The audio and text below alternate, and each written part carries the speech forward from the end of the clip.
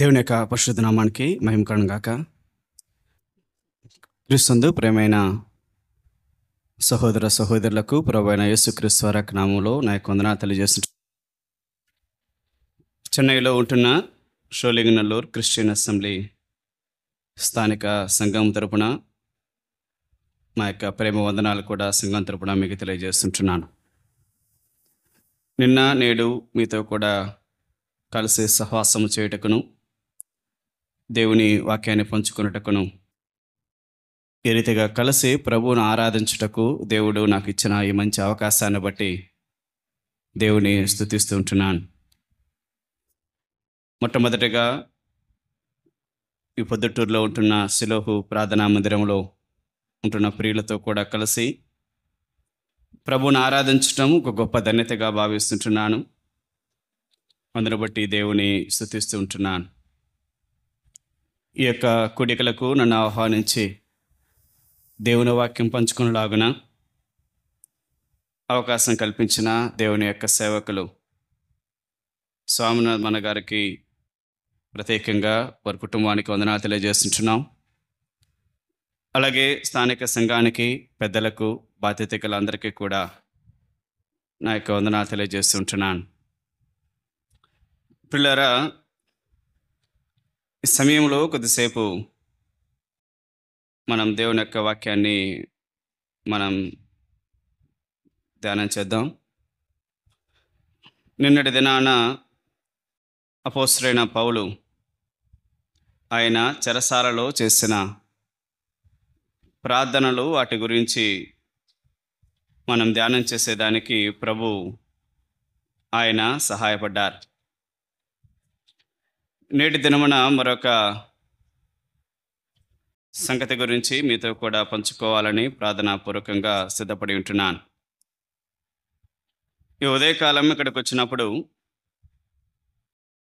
పౌలు చేసిన మరొక ప్రార్థన, ఫిలిప్పీ పత్రికలో ఉన్న ప్రార్థన గురించి మీతో కూడా పంచుకోవాలని తలంచినప్పటికీ దేవుడు నా హృదయంలో ఉంచిన మరొక అంశాన్ని మీతో కూడా పంచుకోవాలని ప్రార్థనాపూర్వకంగా సిద్ధపడి ఉంటున్నాను. ఆదికాండం 3వ అధ్యాయం, ఇందులోని కొన్ని వచనాలను మీతో కూడా ఈ యొక్క ఉదయకాలంలో కలిసి ధ్యానించాలని, ఇందులో నుండి దేవుని యొక్క వాక్యము, దేవుని మాటలు మీతో పంచుకోవాలని ప్రార్థనాపూర్వకంగా నిలబడి ఉంటున్నాను. ఆదికాండం 1వ అధ్యాయంలో సృష్టి యొక్క ప్రారంభాన్ని మనం చూస్తాం. 2వ అధ్యాయంలో మానవుడు తను ఎలాగూ నిర్మించబడ్డాడు అన్న యొక్క నిర్మాణం యొక్క వివరణ ఏమిటో దానిని 2వ అధ్యాయంలో మనం చూస్తాం. 3వ అధ్యాయంలో మానవుని యొక్క పతనాన్ని మనం చూస్తూ ఉంటున్నాం. మొదటి 2 అధ్యాయాలలో దేవుడు పనిచేశాడు. 3వ అధ్యాయంలో సాతానుడు పనిచేశాడు. మొదటి 2 అధ్యాయాలలో దేవుడు పనిచేయగా సృష్టి, క్రమము, జీవము అనేది ఏర్పడ్డాయి. 3వ అధ్యాయంలో సాతానుడు పనిచేసినప్పుడు మరణము, అయోమయము, గందరగోళము అనేవి కనిపిస్తూ ఉంటున్నాయి. కాబట్టి దేవుని యొక్క పని క్రమాన్ని, జీవాన్ని కలిగించగా సాతాను వాని యొక్క పని గందరగోళాన్ని, మరణాన్ని కలిగించాయని మనం చూస్తూ ఉంటున్నాం. మొదటి అధ్యాయంలో దేవుడు భూమిని, అందులోని వాటిని ఆ యొక్క ఎలాగూ 6 దినములలో ఆయన నిర్మించి 7వ దినాన విశ్రమించాడో ఆ సంగతులు వ్రాయబడ్డాయి. 2వ అధ్యాయంలో 6వ దినాన దేవుడు మానవులైన వారిని ఎలాగూ నిర్మించాడు, వారి నిర్మాణ క్రమం ఏమిటి, ఆ యొక్క వివరాలు మనం చూస్తాం. ఆ తదుపరి దేవుడు చేసిన ప్రాముఖ్యమైన పనిని మనం చూస్తూ ఉంటున్నాం. ఈ ప్రపంచంలో సృష్టి తర్వాత దేవుడు చేసిన చాలా ప్రాముఖ్యమైన ఒక పని, అదేమిటంటే కుటుంబ వ్యవస్థ. ప్రభుత్వాలు అనేవి ఏర్పాటు కాక మునుపు ఈ లోకములో మనం చూస్తున్న వ్యవస్థలు, సిస్టమ్స్ అనేవి ఏవి కూడా లేని దినాలలో దేవుడు కలుగజేసిన మొట్టమొదటి వ్యవస్థ కుటుంబం. కుటుంబం దేవుడు చేసిన మొదటి వ్యవస్థ, దేవుని యొక్క ఆలోచన, దేవుని యొక్క ప్రణాళిక. సాతానుడు కూడా ఈ కుటుంబంపైనే దాడి చేశాడు. సాతాను యొక్క ఉద్దేశము కూడా కుటుంబాన్ని పాడు చేయాలి అనేది అతని యొక్క ఉద్దేశం. ఏ కుటుంబ వ్యవస్థను దేవుడు ఏర్పరిచాడో ఆ కుటుంబ వ్యవస్థను సాతానుడు పాడు చేశాడు. ఆ సంగతిని 3వ అధ్యాయంలో మనం చూస్తూ ఉంటున్నాం. అలాగైతే 3వ అధ్యాయంలో మనం చదివినప్పుడు ఆదాము అవ్వ వారి యొక్క కుటుంబ జీవితం పాడైపోయేదానికైనా కొన్ని కారణాలు మనం చూస్తాం.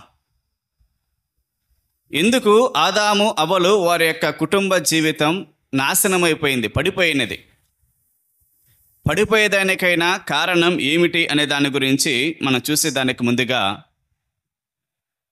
కుటుంబం లేక వివాహం యొక్క ఉద్దేశాన్ని గురించి కొన్ని మాటలు మనం ధ్యానం చేసి మనం ముందుకు సాగుదాం. దేవుడు ఆయన నరుని నిర్మించాడు, నేలమంటితో ఆదామును చేశాడు. అతని యొద్దకు ప్రతి భూజంతువుని, ప్రతి ఆకాశ పక్షిని తీసుకుని వచ్చాడు. కానీ ఇక్కడ వాక్యం చెప్పిన మాట ఏమిటంటే అక్కడ అవి ఏవి కూడా అతనికి సాటి అయిన సహాయము కాకుండా పోయినవి. దేవుడు ఆదాముకు సాటి అయిన సహాయమును చేయాలనుకున్నాడు. జంతువులు, పక్షులు ఇవేవి కూడా ఆదాముకు సాటి అయిన సహాయంగా ఉండలేకపోయినాయి. కాబట్టి దేవుడు ఆదాముకు గాఢ నిద్ర కలిగించి అతని పక్కటెముకలలో నుండి ఒక ఎముకను తీసి స్త్రీనిగా నిర్మించి ఆదామునొద్దకు ఆమెను తీసుకుని వచ్చాడు. ఆమె ఆదాముకు భార్య అయినది అని దేవుని వాక్యములో మనం చూస్తూ ఉంటున్నాం. వారి ఇరువురికి వివాహమును జరిపించిన వాడు దేవుడు. వారికి వివాహము చేయాలి అన్న ఆలోచన దేవునిది. వారి వివాహము చేసుకుని కుటుంబముగా ఉండాలి అనేది దేవుని యొక్క ప్రణాళిక. అలాగైతే దేవుడు ఆయన ఆదాము అవ్వలకు వివాహాన్ని చేశాడు, పెళ్లి చేశాడు. ఉద్దేశం ఏంటి? కారణం ఏంటి? The purpose of the marriage. ఈ రోజుల్లో చాలామంది కుటుంబ జీవితాలలో వివాహము చేసుకుంటున్నాం, కానీ దేవుని యొక్క ఉద్దేశం ఏమిటో ఎరగని వారంగానే ఉంటున్నాం. అది బాధాకరమైన సంగతి. వివాహము ఎందుకు చేసుకుంటున్నాం అనే విషయంలో దేవుని యొక్క చిత్తం అవుతున్నది, దేవుని యొక్క ప్రణాళిక ఉంటున్నది, దేవుని యొక్క ఆలోచన ఉన్నది.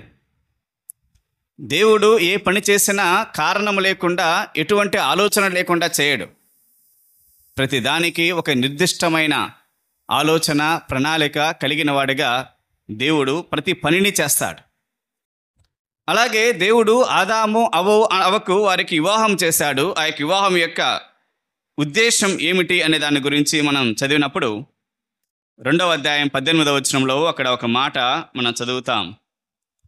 అది ఏమిటి అంటే, మరియు దేవుడైన యెహోవా నరుడు ఒంటరిగా ఉండడం మంచిది కాదు, వానికి సాటి అయిన సహాయము వాని కొరకు చేయుదును అనుకొనెను.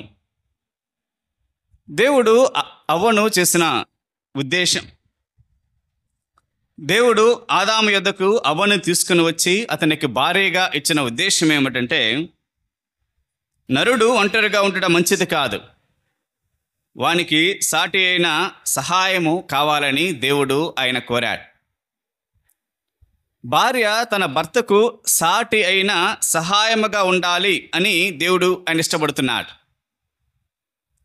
ఇక్కడ ఉపయోగించబడిన ఆ యొక్క పదం, సహాయము అనే దానికి ఉపయోగించబడిన ఆ యొక్క హీబ్రూ పదం ఎజర్ అనే పదం ఉపయోగించబడింది. దానికి అర్థం ఏమిటంటే a powerful act of support. భార్య తన భర్తకు ఒక శక్తివంతమైన సహాయంగా ఉంటుంది, శక్తివంతమైన క్రియగా ఉంటుంది అని దానికి అర్థం.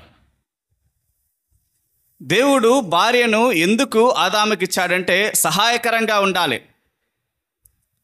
దాని యొక్క సరైన అర్థం ఏమిటంటే సాటి అయిన సహాయము అని దేవుని వాక్యములో మనం చూస్తున్నాం. అదే సమయంలో శక్తివంతమైన ఒక క్రియగా ఆమె అతని యొక్క జీవితంలో ఉంటుంది. దేవుని యొక్క చిత్తాన్ని నెరవేర్చుటలోను, దేవుని కార్యాలను వాటిని జరిగించుటలోను, దేవుని విషయాలలో భార్యాభర్తలు ఒకరు కలిసి పనిచేయుటలో ఆమె సహకారిగా ఉండాలి అనేది దేవుని యొక్క చిత్తం. భార్యాభర్తలు ఒకరికి ఒకరు సహకారులుగా ఉండాలి, ఒకరికి ఒకరు సాటి అయిన సహకారులుగా ఉండాలి. ఆ రీతిగా ఉండుట కొరకు దేవుడు వివాహాన్ని ఏర్పరిచాడు. సహాయకరంగా ఉండులాగున, ఒకరికి ఒకరు మేలుకరంగా ఉండులాగున దేవుడు కుటుంబాన్ని ఆయన ఏర్పరిచాడు.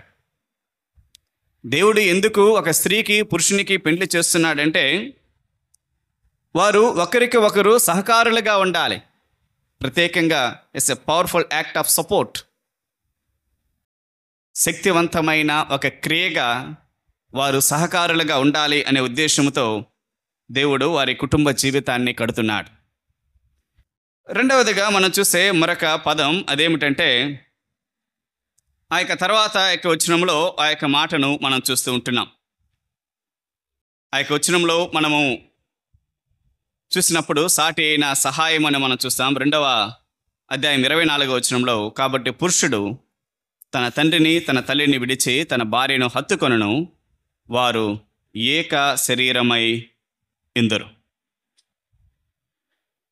ఎందుకు దేవుడు ఆదాము అవ్వలను జత చేశాడు, లేక వివాహములో వారిని ఒకటిగా చేశాడంటే వారు ఒకటిగా ఉండుటకు, ఏక శరీరముగా ఉండుటకు, ఒకే ఆలోచన ఒకే ఉద్దేశాలు కలిగిన వారిగా ఈ యొక్క లోకములో వారు జీవించాలి అని దేవుని యొక్క చిత్తం. భార్యాభర్తలుగా ఉంటున్న వారు వారి ఆలోచనలు ఒకటిగా ఉండాలి, వారి ఉద్దేశాలు ఒకటిగా ఉండాలి. వివాహము ద్వారా ఇరువురు వ్యక్తులు, ఒక స్త్రీ ఒక పురుషుడు ఒకటిగా చేయబడి ఒకే లక్ష్యము, ఒకే కోరిక, ఒకే వ్యక్తిత్వం కలిగిన వారుగా, ఏకత్వం కలిగిన వారుగా జీవించాలి అనేది దేవుని యొక్క చిత్తం. శరీరములు వేరువేరుగా ఉన్నప్పటికీ కూడా ప్రయారిటీస్ ఒకటిగా ఉండాలి, ఆలోచనలు ఒకటిగా ఉండాలి, ఉద్దేశాలు ఒకటిగా ఉండాలి, వారి యొక్క మనసులు కూడా ఒకటిగా ఉండాలి. కాబట్టి వారు ఏక శరీరమయుందురు అని దేవుని వాక్యం చెప్తుంటుంది. దీనికి ఉపయోగించబడిన ఆ యొక్క హెబ్రూ పదం యొక్క అర్థం ఏమిటంటే టు గ్లూ టుగెదర్, అంటే ఇద్దరిని ఒకటిగా అతికించుట అనే దాని యొక్క అర్థం.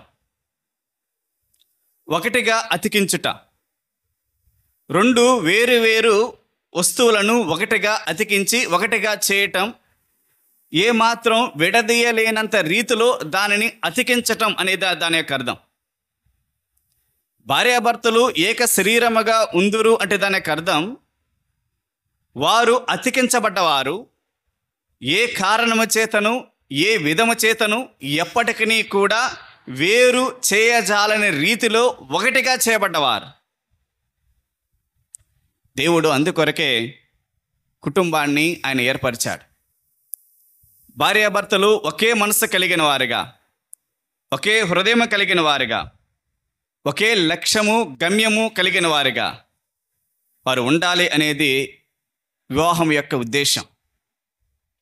మూడవదిగా 3వ అధ్యాయం 12వ వచనంలో ఒక మాట మనం చదువుతాం. అందుకు ఆదాము, నాతో ఉండుటకు నీవు నాకు ఇచ్చిన ఈ స్త్రీయే ఆ వృక్ష ఫలములు కొన్ని నాకు ఇయ్యగా నేను తింటిని అనేను. ద పర్పస్ ఆఫ్ మ్యారేజ్, ఎందుకొరకు వివాహము అనే దాని గురించి ఇక్కడ ఆదాము చెప్పుచున్న ఒక కారణం, ఒక మాట మనం చదువుతాం. ఆదాము అవ్వ వారు దేవుని యొక్క ఆజ్ఞను అతిక్రమించిన తర్వాత దేవుడు ఆదామును అడిగాడు, ఆదామా, నీవు తినకూడదని నేను నీకు ఆజ్ఞాపించిన వృక్ష ఫలాలు నీవు తిన్నావా అంటే దానికి ఆదాము చెప్పిన జవాబు, నాతో ఉండుటకు నీవు నాకు ఇచ్చిన ఈ స్త్రీ, నాతో ఉండుటకు నీవు నాకు ఇచ్చిన ఈ స్త్రీ. ఈ పదాలలో దేవుడు ఆదాముతో అంతకు మునుపు ఆయన చెప్పిన మాటలను ఆదాము జ్ఞాపకం చేస్తున్నాడు. దేవుడు ఆదాము అవ్వలను నిర్మించి ఆదాము యొద్దకు అవ్వను తీసుకుని వచ్చి దేవుడు ఆదాముతో పలికిన మాట ఏమిటంటే, ఆదామా, ఈమె నీ భార్య, ఈమె నీతో ఉంటుంది, ఈమె నీతో ఉంటుంది, అలాగే అతను నీతో ఉంటాడు, మీరు ఇరువురు కలిసి ఉండండి. ఇది దేవుని యొక్క ఆజ్ఞ, దేవుని యొక్క ఆలోచన ఆదాముకు. ఇదే మాటనే ఆదాము దేవుని సన్నిధిలో జ్ఞాపకం చేస్తున్నాడు. నీవు ఆ వృక్ష ఫలాలు తిన్నావా అంటే దానికి ఆదాము చెప్పిన జవాబు ఏమిటంటే, నీవు ఇచ్చావు. ఆ పదాన్ని కూడా గమనించాలి, భార్య దేవుడు ఇచ్చినదని. నీవు నాతో ఉండుటకు నీవు నాకు ఇచ్చిన ఈ స్త్రీ, నాతో ఉండుటకు. దాని అర్థం భార్యాభర్తలు కలిసి జీవించాలి, కలిసి కాపురం చేయాలి, ఒకటిగా ఉండాలి, విడివిడిగా ఉండకూడదు, వేరు వేరు స్థలాలలో ఉండకూడదు. ఇది నా మాటలు కాదు, నేను చెప్పేది దేవుని వాక్యం మాత్రమే. ఒకవేళ ఎవరికైనా బాధ కలిగినట్లయితే క్షమించండి. దేవుని వాక్యములో దేవుడు ఆదాముతో పలికిన మాట ఏమిటంటే, ఆదామా, ఈమె నీతో ఉంటుంది, నీతో ఉంచుకో, నీ భార్య. ఆదాము దేవునితో అంటున్నాడు, నాతో ఉండుటకు నీవు నాకిచ్చిన ఈ స్త్రీ. దేవుడు ఒక స్త్రీని ఆదాముకు ఎందుకొరకు ఇచ్చాడంటే ఆదాముతో ఉండుటకి ఇచ్చాడు. దేవుని యొక్క వాక్యం భార్యాభర్తలైన వారు విడివిడిగా ఉండుటకు ఏమాత్రం అనుమతించదు. 1 కొరింథీ పత్రిక 7వ అధ్యాయం 5వ వచనంలో అక్కడ ఒక్క కారణాన్ని బట్టి మాత్రమే, అది కూడా ఉభయుల యొక్క సమ్మతి చొప్పున, టెంపరీగా, తాత్కాలికంగా కొద్ది కాలము మాత్రమే వారు విడివిడిగా ఉండవచ్చు అని దేవుని యొక్క వాక్యం అనుమతిస్తుంది. 1 కొరింథీ పత్రిక 7వ అధ్యాయం 5వ వచనంలో, ప్రార్థన చేయుటకు మీకు సావకాశము కలుగునట్లు కొంతకాలము వరకు ఉభయుల సమ్మతి చొప్పుననే తప్ప ఒకరినొకరు ఎడబాయకుడి. మీరు మనస్సు నిలుపలేకపోయినప్పుడు సాతాను మిమ్మల్ని శోధింపకుండానట్లు తిరిగి కలుసుకొనుడి. ప్రార్థన చేయుటకు ఇద్దరికీ ఇష్టమైతే అప్పుడు మాత్రమే కొంతకాలము వారు ఒకరిని ఒకరు ఎడబాయవచ్చు, వేరుగా ఉండవచ్చు. అది కూడా కొంతకాలమే. ఒకవేళ సాతాను మిమ్మల్ని శోధిస్తాడంటే కలుసుకోనండి. ఇది దేవుని వాక్యం చెప్పే మాటలు. కాబట్టి భార్యాభర్తలుగా ఉంటున్న వారు కలిసి కాపురము చేయాలి, కలిసి ఉండాలి అని దేవుని వాక్యం చెప్తుంది. ఈ రోజుల్లో ఇటువంటి సంగతులను ఉద్యోగాలు చేసే వారికి విషయాలలో చాలా కష్టంగానే చూస్తుంటున్నాం. ఉద్యోగాలను బట్టి, ట్రాన్స్ఫర్స్ను బట్టి, కొన్ని నిర్బంధకరమైన పరిస్థితులను బట్టి కొంతమంది ఆ రీతిగా పోతున్నారు. వేరువేరుగా ఉండవలసిన పరిస్థితులు ఏర్పడుతూ ఉంటున్నాయి. కానీ మరికొంతమంది నిర్లక్ష్యంగా కూడా ఆ రీతిగా వ్యవహరించేవారు కూడా ఉన్నారు. కానీ దేవుని యొక్క వాక్యక్రమం భార్యాభర్తలైన వారు కలిసి ఉండాలి, కలిసి ఇంటిలో ఉండాలి, కలిసి కాపురం చేయాలి, కలిసి జీవించాలి. అందుకే దేవుడు ఆదాము హవ్వకు పెళ్లి చేశాడు. అది వివాహం యొక్క ఉద్దేశం. 4వ కారణం 1 అధ్యాయం 28వ వచనంలో మనం చూస్తాం. దేవుడు వారిని ఆశీర్వదించెను. ఎట్లనగా, మీరు ఫలించి అభివృద్ధి పొంది విస్తరించి భూమిని నిండించి దానిని లోబర్చుకొనుడి. ద పర్పస్ ఆఫ్ మ్యారేజ్ సంతానము కలిగి ఉండటం.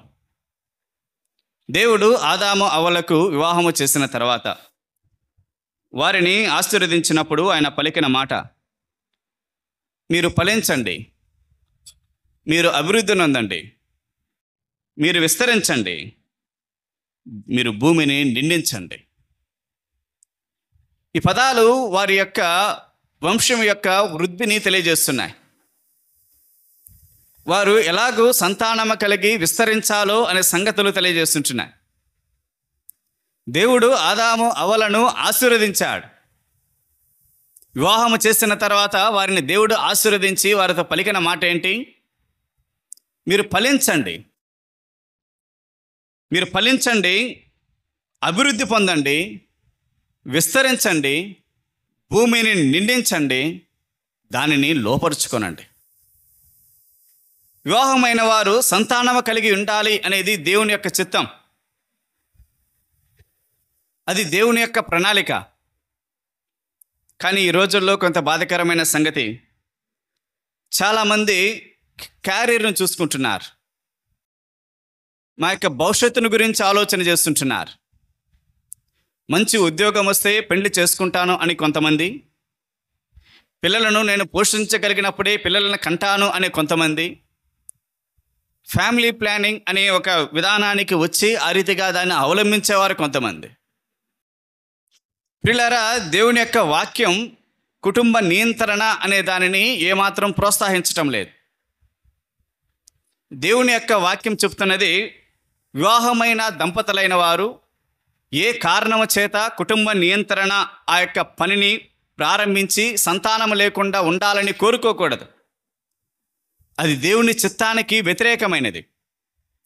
దేవుడు ఆదాము అవ్వలను వారిని నిర్మించినప్పుడు దేవుడు అన్నాడు, మీరు ఫలించండి, అభివృద్ధి పొందండి, విస్తరించండి, భూమిని నిండించండి, దాన్ని లోపరుచుకోనండి, మీరు సంతానం కలిగి ఉండాలని దేవుడు వారిని ఆశీర్వదించాడు. అది దేవుని చిత్తం, దేవుని ఆలోచన. వివాహములో అది దేవుని యొక్క ప్రణాళిక. అలాగైతే వివాహం యొక్క ఉద్దేశాన్ని గురించి 4 మాటలు మనం చూసాం. ఎందుకు వివాహం చేసుకోవాలి, దేవుడు ఎందుకు వివాహ వ్యవస్థను అనే దానిని ఏర్పరిచాడు అంటే, వారు ఒకరికి ఒకరు సాటి అయినా సహాయకరంగా ఉండాలి. ఒకరికి ఒకరు వారు సహాయకరంగా, మేలుకరంగా, దీవెనకరంగా ఉండాలి. వారు ఏక శరీరముగా, ఏక మనసు కలిగిన వారుగా, ఒకే ఉద్దేశాలు, ఒకే లక్ష్యాలు కలిగిన వారుగా వారు ఉండాలి. జీవితాంతం మరణము వారిని ఎడబాపునంత వరకు ఏమాత్రం విడదీయని వారిగా, అతకబడిన వారిగా వారు ఉండాలి. మూడవదిగా, వారు కలిసి కాపురం చేయాలి, కలిసి జీవించాలి. వారు ఒకటిగా ఉండాలి. ఏ మాత్రం ఒకరిని ఒకరు ఏ కారణాన్ని బట్టి ఎడబాసేవారిగా ఉండకూడదు. మనకున్నది కొంచెమైనా, మనం తినే తిండి శాకాహారం తిన్నా కూడా, పప్పు దినుసులు తిన్నా కూడా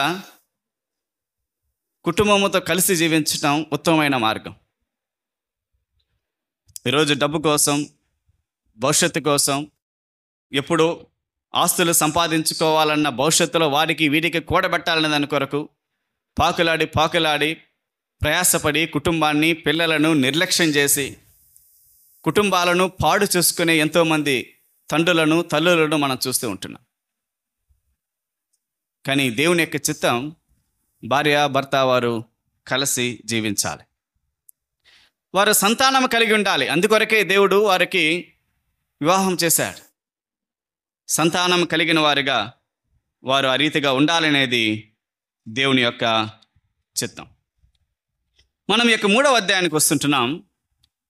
3వ అధ్యాయంలో దేవుని యొక్క చిత్తం వారు ఆ రీతిగా ఉంటుండగా, దేవుడు వివాహము చేసిన ఆ యొక్క కుటుంబం పతనమైపోయింది.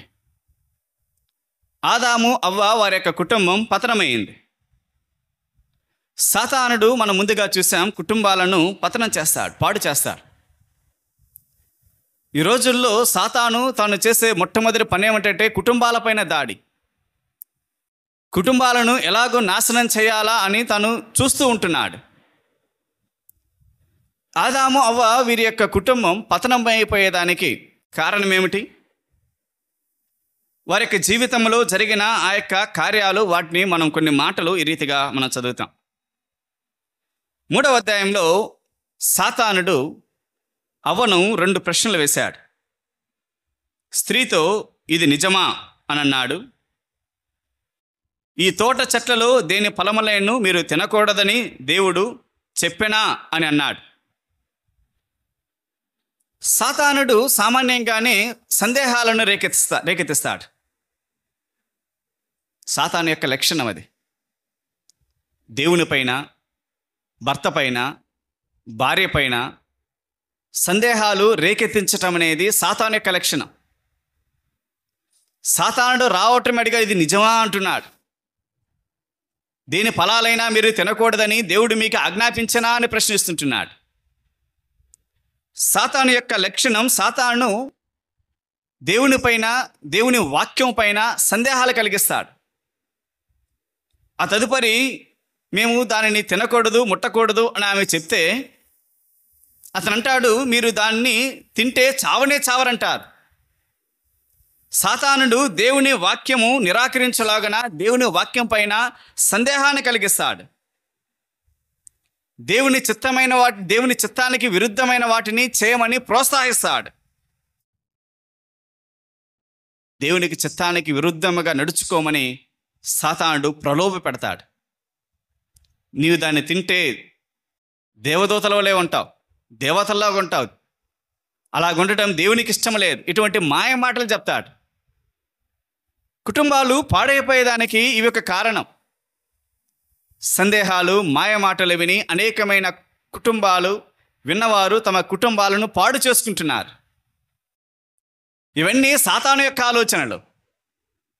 సాతానుడు ఆ యొక్క సర్పములో ఉండి మాట్లాడి ఆమె యొక్క మనస్సును చెరిపి ఆమెను పాడు చేశాడు.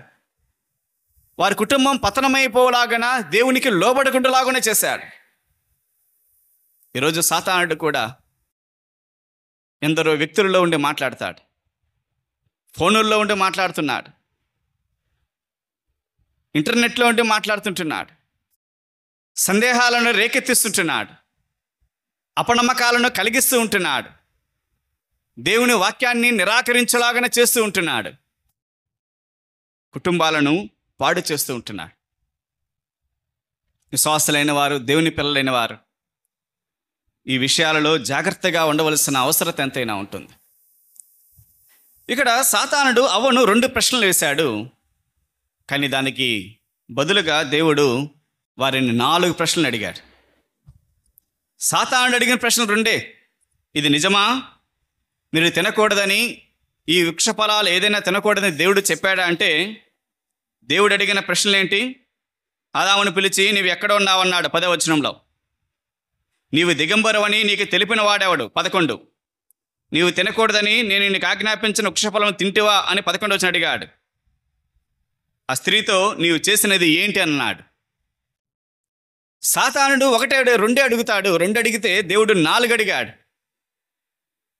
మన జీవితంలో కూడా తప్పిపోయినప్పుడు, పొరపాటు చేసినప్పుడు దేవుడు ఆయన చూస్తూ విడిచిపెట్టాడు. సాతానుడు 2 అడిగితే దేవుడు నిన్ను 4 అడుగుతాడు. ఆ 4కి కూడా నీవు జవాబు చెప్పాలి, నేను జవాబు చెప్పాలి. ఇక్కడ ఈ యొక్క అధ్యాయంలో ఈ కుటుంబం పతనమైపోయేదానికి అవ్వ యొక్క కొన్ని పొరపాట్లను మనం చూస్తాం. అవ్వ ఆమె ఒక కారణం ఈ కుటుంబం పతనమయ్యేదానికి. ఆమె చేసిన ఆ యొక్క పొరపాట్లు అది ఏమిటంటే సర్పంతో మాట్లాడటం. ఆ యొక్క తోటలో ఆమె ఉంది. దేవుడు తూర్పున ఏదోనులో ఒక తోట వేశాడు. దాన్ని సేద్యపరచుటకు, దాన్ని కాయటకు ఆదామును అవ్వను దానిలో ఉంచాడు. వారి ఇరువురికి అది నివాసం. అందులో ఆమె ఉంటుండగా మరొక వ్యక్తి ఆ తోటలోనికి ప్రవేశించాడు. ఆ వ్యక్తి సాతానుడు. ఆ సాతానుడితో ఆమె మాట్లాడటం ప్రారంభించింది. పరాయి వానితో మాట్లాడటం ప్రారంభించింది.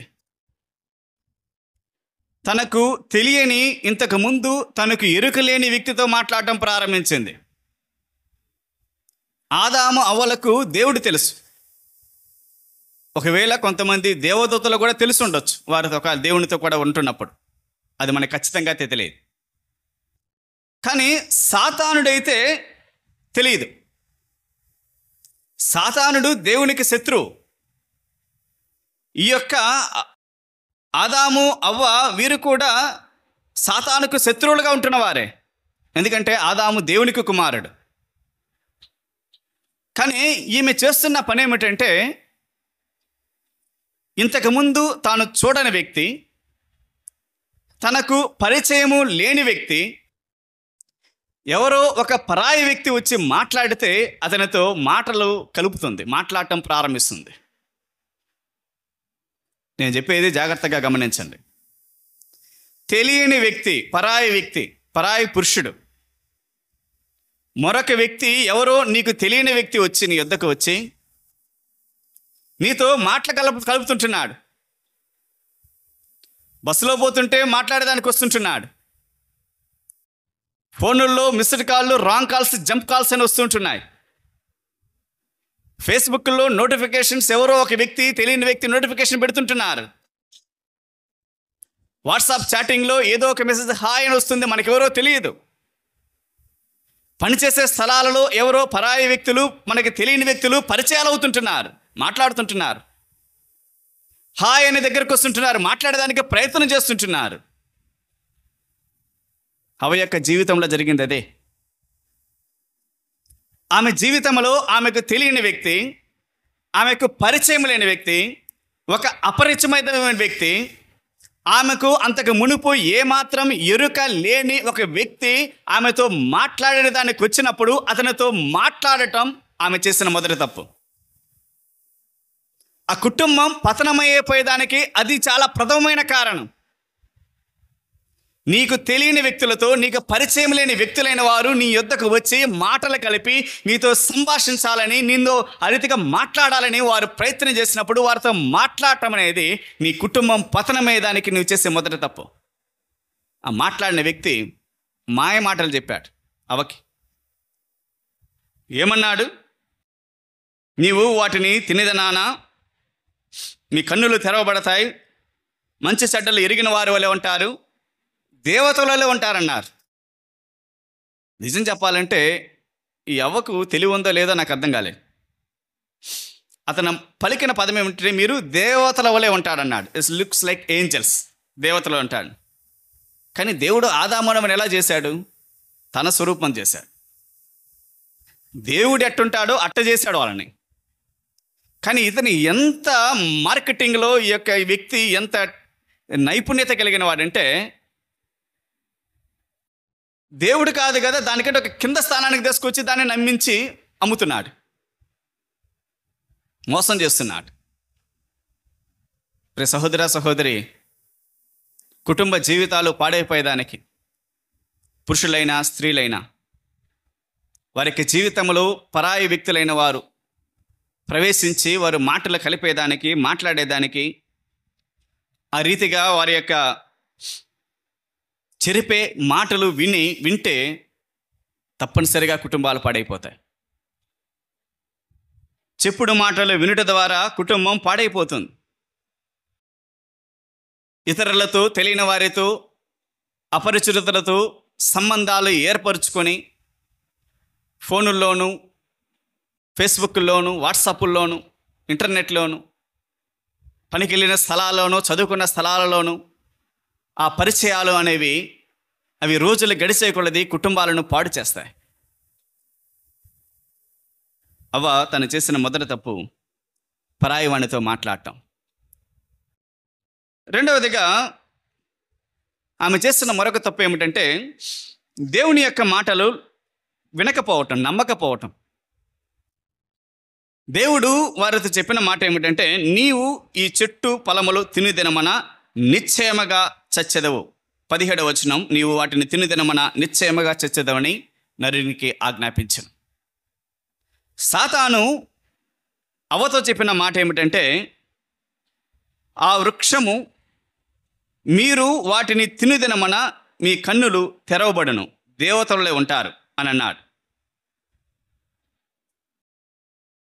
దానికి ముందు 4వ వచనంలో, అందుకు సర్పము మీరు చావనే చావరు.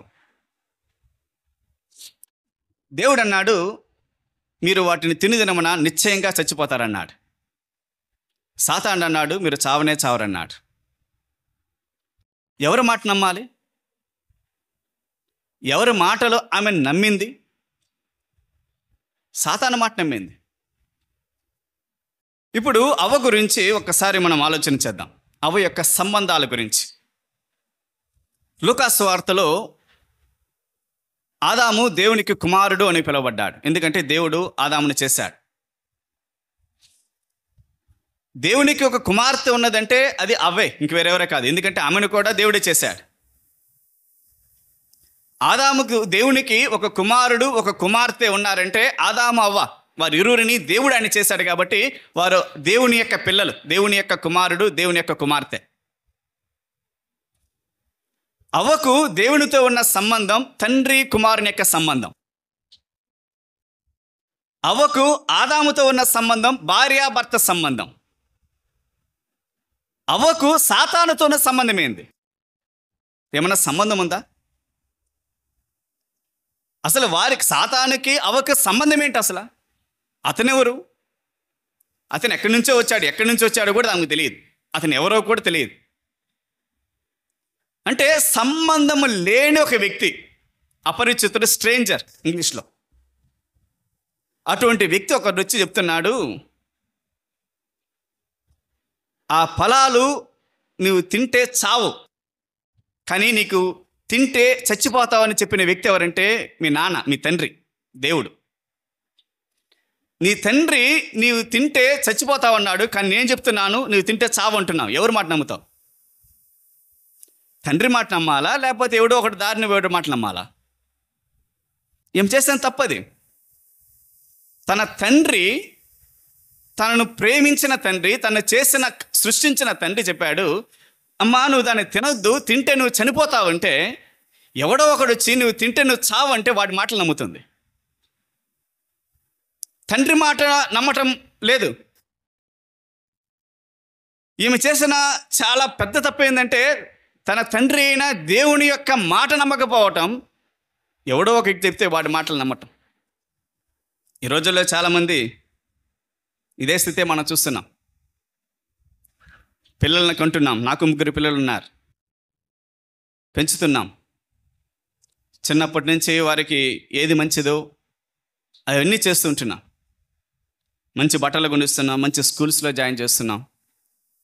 వారి భవిష్యత్తు గురించి ఎక్కువగా ఆలోచన చేసి మనం తినకపోయినా కూడా వారి కొరకు కష్టపడి వారిని ప్రయోజనకులుగా చేయాలని, భవిష్యత్తులో మనం కష్టపడ్డా వారు కష్టపడకూడదని, వారిని బాగా చదివించి ఉన్నత స్థితికి మంచి స్థానంలో వారు ఉండాలని, వారు బాగుండాలని కోరుకుని తల్లిదండ్రులుగా ప్రయాసపడుతుంటున్నాం. తండ్రులుగా, తల్లులుగా అందరి యొక్క ప్రయాస అదే, అందరూ కోరుకునేదే, చేసే పని అదే. కానీ మధ్యలో ఎవరో ఒకడు వస్తాడు, నేను నిన్ను ఇష్టపడుతున్నాను అంటున్నాడు, ప్రేమిస్తానంటాడు. మీ అమ్మ మీ నాన్న ఏముంది వదిలిపెట్టరా అంటాడు. నువ్వేందు వాళ్ళ మాటలేనిది అంటాడు. నీ జీవితం నువ్వు చూసుకో అంటాడు. మాయ మాటలు చెప్తాడు. పిల్లలు తండ్రి మాట వినక, తల్లి మాట వినక, నమ్మక వారి వెంట పోతుంటారు. ఆ రోజు అవ్వ చేసిన తప్పే ఈరోజు చాలామంది పిల్లలు కూడా చేస్తున్నారు. మీ నాన్న మంచోడు కాదు, మీ నాన్న అబద్ధం చెప్పాడు, మీ నాన్నకు నీవు దేవతలుగా ఉండటమంటే ఇష్టం లేదు, వాళ్ళ నాన్న ఆమెని దేవునిలాగా చేసుకుంటే దేవతగా ఉండేదానికి ఇష్టం లేదని చెప్పి మోసగించాడు అపవాది. తండ్రి పైన లేనిపోని మాటలు చెప్తూ ఉంటే, తండ్రిని గురించి తప్పుగా మాట్లాడుతూ ఉంటే ఏ మాత్రం కూడా ప్రతిఘటించకుండా ఆ వ్యక్తి యొక్క మాటలు విన్నది యొక్క అవ్వ. వారి కుటుంబం పతనమైపోయేదానికి అదొక కారణం. అది దేవుని యొక్క మాటలు వినకపోవటం, తండ్రి యొక్క మాటలు వినకపోవటం. పరాయి వాడు చెప్తే, ఎవడో చెప్తే ఆ యొక్క మాటలు విని నమ్మి అతని యొక్క మాటలను వెంబడించటం, అతని ఆలోచనలు వెంబడించటం. ఇదే కదా కుటుంబం పతనమైపోయేదానికి కారణం.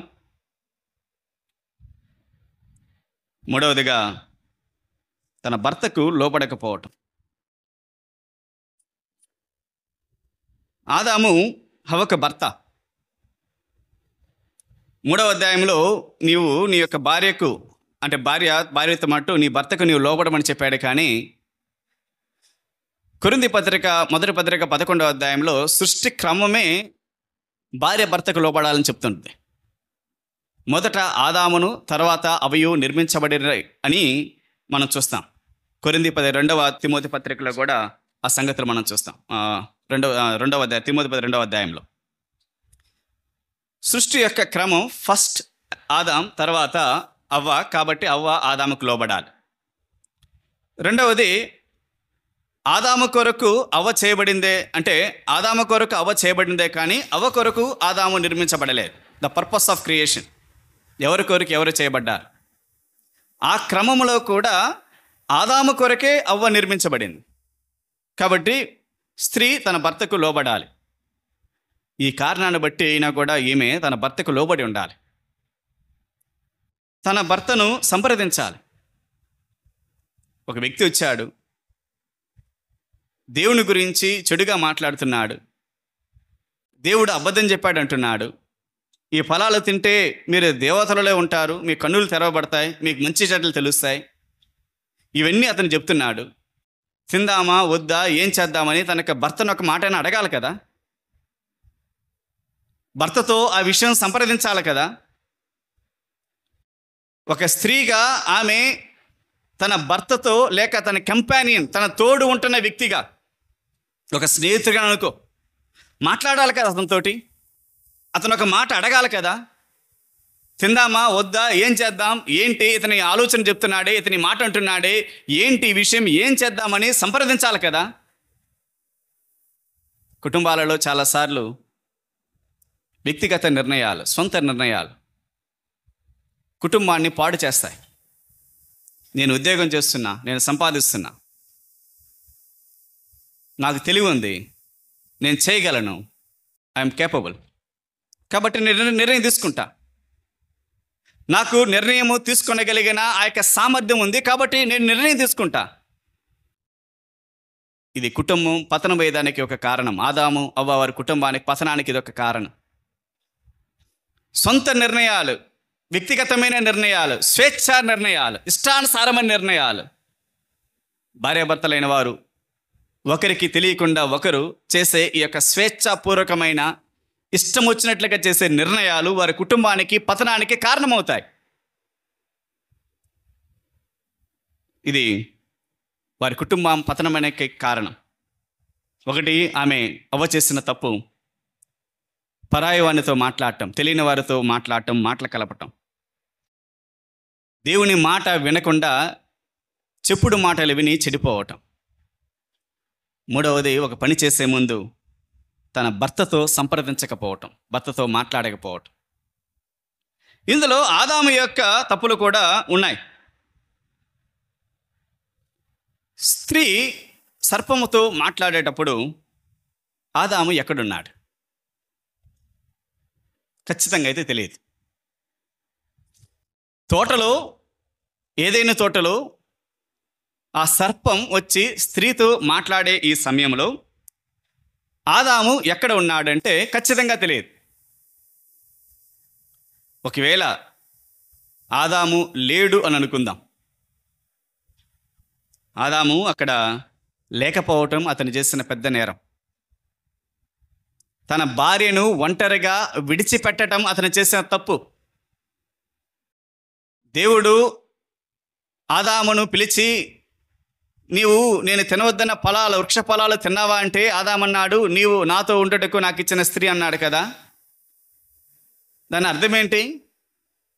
భార్య భర్తలు ఇద్దరు కలిసి ఉండాలి, ఒకటిగా ఉండాలని కదా దేవుడు చెప్పాడు. అలాగప్పుడు తన భార్యను ఆదాము ఒంటరిగా విడిచిపెట్టడం తప్పు, అతను చేసిన నేరం. ఇక్కడ మరొక అపాయాన్ని కూడా మనం చూస్తాం. ఎప్పుడు ఆదాము తన భార్యను ఒంటరిగా విడిచాడో మూడో వ్యక్తి మధ్యలో ప్రవేశించాడు, భార్యాభర్తల మధ్య. ఒక భార్య, ఒక భర్త, వారు ఎప్పుడు ఒకరికి ఒకరు దూరంగా ఉంటారో మూడో వ్యక్తి అక్కడ వారి మధ్యలో వచ్చాడు. ఆ మూడో వ్యక్తి వారి కుటుంబాన్ని పాడు చేశాడు. ఇది ఆదాము చేసిన తప్పు, ఆదాము యొక్క నేరం. అది భార్యను ఒంటరిగా విడిచిపెట్టడం, భార్యకు దూరంగా ఉండటం. భార్యను ఒంటరిగా విడిచి పనికెళ్ళాడు, లేక తోటలో మరి ఎక్కడికి వెళ్ళాడు, ఏం చేశాడు, నిద్రపోయాడు, ఏం చేశాడో తెలియదు. తన భార్యను ఒంటరిగా ఏకాంతంగా విడిచిపెట్టి వెళ్ళిపోయాడు. మూడో వ్యక్తి వారి మధ్య ప్రవేశించాడు. వారి కుటుంబాన్ని పాడు చేశాడు, నాశనం చేశాడు. ఒకవేళ ఆదాము ఉన్నాడు అనుకుందాం, పక్కనే ఉన్నాడు ఆదాం. ఇప్పుడు ఆదాం చేసిన తప్పేంది? సామాన్యంగా భార్యాభర్తలుగా నేను నా భార్య ఉన్నామనుకోండి, పొద్దుట బస్ స్టాండ్లో దిగాం, మాట్లాడుతుంటున్నాం, నిలబడి ఉన్నాం, అన్న కోసం వెయిట్ చేస్తుంటున్నాం అనుకోండి. ఉదాహరణ, మేము అక్కడ బస్ స్టాండ్లో ఉన్నప్పుడు ఎవరైనా ఒక వ్యక్తి, ఎవడో మాకు తెలియని వ్యక్తి ఒక అతను వచ్చి నా భార్యతో మాట్లాడటం ప్రారంభించాడు అనుకోండి. ఎట్టున్నావు, ఏంది, బాగున్నావా, ఏంది అని అడుగుతున్నాడు. నేనేం చేయాలి? నేను చెప్పండి, ముందు వాడిని సొక్కా పట్టుకు ఎవరు రాను అని అడగాలి, అంతే కదా? ఎవరు చేసిన పని అయితే, నేనైనా మీరైనా ఎవరైనా కూడా. ఈ ఊర్లో నువ్వెవరో తెలియదు, ఏంటి వచ్చినావు, ఏందో, బాగున్నావా, తిన్నావా లేదా, ఎన్ని విచారిస్తున్నావు, ఎవరు రా నువ్వు, ఏంటి నువ్వు అని సొక్కా పట్టుకుని అడుగుతాం, పక్కన నెట్టేస్తాం, పోరా అని పక్కన నెట్టేస్తాం. అది నీ పని కాదు, పో గెట్ అవుట్ అంటాం, అంతే కదా? మన ఇంటికి ఎవరన్నా వచ్చి మనకి తెలియని వ్యక్తి వచ్చి మన భార్యతో మాట్లాడితే నువ్వు చూస్తా ఇంట్లో కూర్చొని సోఫాలో పక్క ఫోన్ చూసుకుంటా నువ్వు మాట్లాడే అంటామా? ఎవరైనా అంటారా? ఎవరు నువ్వు, ఎందుకు వచ్చావు, ఏంటి నీ ప్రవర్తన, ఏంది, నీకేంది, ఏంది నువ్వు మాట్లాడే మాటలని తరుముకుంటాం. అది వాస్తవంగా జరిగే పని. కానీ ఒకవేళ ఆదాం ఉంటే, ఎవడో ఒకడు వచ్చి మాట్లాడుతుంటే చేతులు కట్టుకుని బాగా చూస్తున్నాడు. తను అక్కడ మాట్లాడవలసిన వ్యక్తి, మరొక వ్యక్తి తన కుటుంబంలో చొరబడి తన కుటుంబాన్ని పాడు చేసే ఆలోచనలను తన భార్యకు చెప్తూ ఉంటే కళ్ళు అప్పగించి చూస్తూ మౌనంగా ఉన్నాడు. తను మాట్లాడవలసిన స్థానములో మాట్లాడకుండా మౌనంగా ఉండిపోయాడు. అది ఆదాము చేసిన తప్పు. ఈరోజు చాలామంది భర్తలు, భార్యలు అటువంటి వారిగానే ఉన్నారు. ఫోన్ వస్తుంది, 10 నిమిషాలు, 20 నిమిషాలు, అర్ధగంట మాట్లాడుతున్నారు. ఎవరితో మాట్లాడుతున్నావు, ఏంటి అని అడగలేని భర్తలు, భార్యలు ఉన్నారు. నీవు మాట్లాడవలసిన స్థానంలో మాట్లాడకుండా మౌనంగా ఉండటమే ఆదాము చేసిన తప్పు. వారి కుటుంబానికి పతనమయ్యేదానికి కారణం అదే.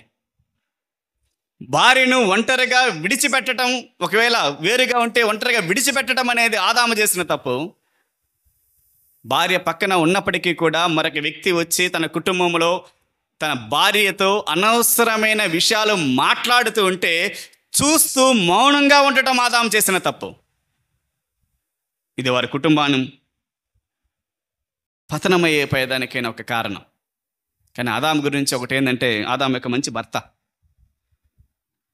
ఆమె ఫలాలు తిన్న తర్వాత ఆదాము తెలుసు ఆమె చనిపోతుందని, తను కూడా తిన్నాడు.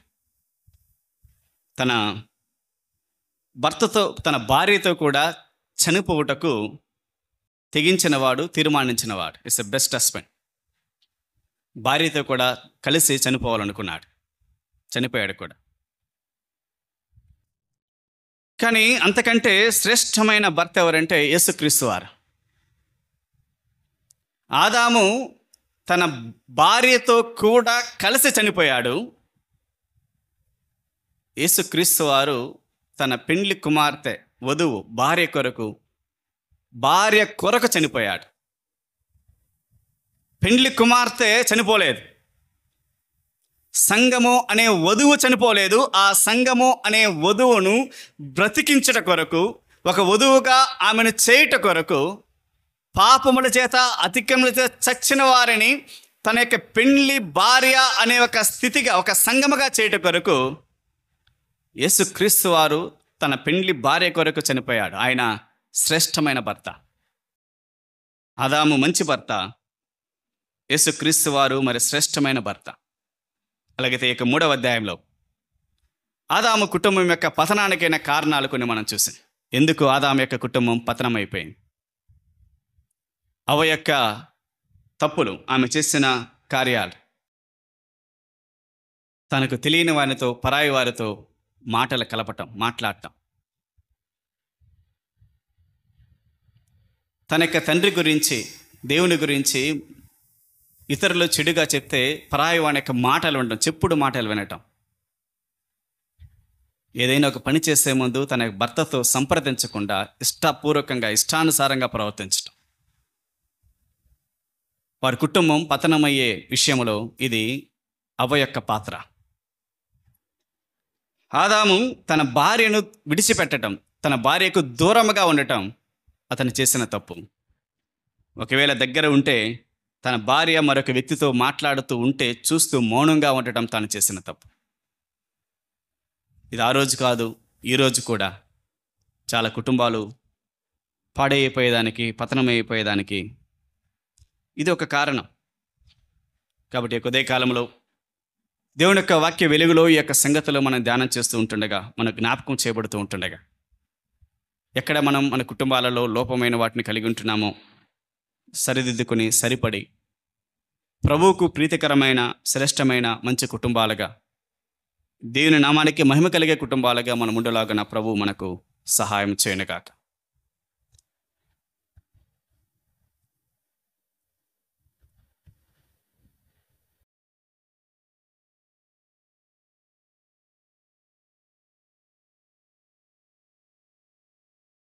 ప్రభునందు ప్రియమైన వారులారా,